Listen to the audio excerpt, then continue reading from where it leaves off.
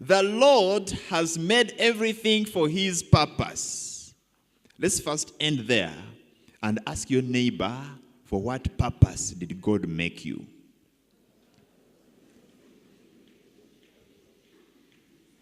At least that one is easy.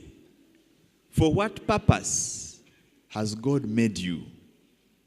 And it's good to ask myself, it's good to ask yourself, and that is the question which you need to answer many times over, because it defines what you do today, what you do tomorrow, and all that. The Lord has made everything for his purpose. Our opening statement, from which I wrote this homily, says, "Fan into flame the gift of God which is in you. He has saved us and called us to a holy life because of his own purpose and grace." So God not only created, but he continues to work. He continues to give, the gifts he put in you when he created you. Now he says, fan into flame. Fan into flame the gift of God. This was Paul speaking and writing to his mentee, Timothy. And Paul says, God has saved us and called us to a holy life because of his own purpose and grace. So God has a project, and that project is you. And God has gone through the inception and preliminaries, and he hopes that he will arrive at the point when the project will be productive, when the project will be beneficial, when the project will be bringing results, and he is waiting for that time. He is working in us. He has called us, saved us, called us to a holy life because of his own purpose and grace. So the question about your purpose is a very pertinent question, and it's good for us to always ask that question. It will help us to shape our attitudes today, to shape our actions, to shape the way we look at the world. I'm sure that for many of us, we will identify the purposes of God for our lives to be his glory. To be his glory. There are people on earth who live to make money. There are people on earth who live to become celebrities and be the people who are most celebrated in the world. And there are those who want to be the biggest givers, the biggest philanthropists. That is their end. That's what they see as the end of all things.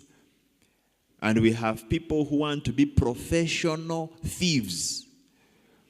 The ones who can siphon money from the National American Bank and beat all those security things and be able to siphon money. They have already conquered Bank of Uganda. They have conquered the International Monetary Fund. They want to also enter the capital. They want to really be professional thieves.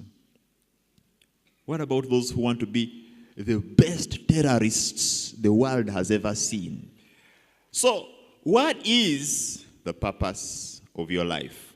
When we go to the world of computers, there are people who are called hackers. For them, their job is to hack. Their job is to disorganize what has been organized. The programmers make their program nicely and the thing is working. And the hacker's ethic says information wants to be free. So if you think you have programmed the thing and locked it, their work is to unlock it. Look for a back door and enter and get your information and take it to the world. The hackers, and they are professional hackers. They're always working, looking for the newest program so they can hack it. They hack phones, they hack government installations. For them, they feel that's the purpose. What they have not yet hacked is their motivation. We must get into it. We must get into it. we must find a free electron which can travel into that program. What is the purpose of your life? Now, the reason why this question must be asked is there are many people who sometimes know the purpose for their lives and sometimes suspect, perhaps they know half-half, but they do not live up to that end. They do not enter into that destiny and actually achieve it. And at the end of their lives, they are regretting. But regardless of where you are, you have been created and equipped for a purpose. And God is watching and waiting for a good accountability. He desires to use you for a noble cause.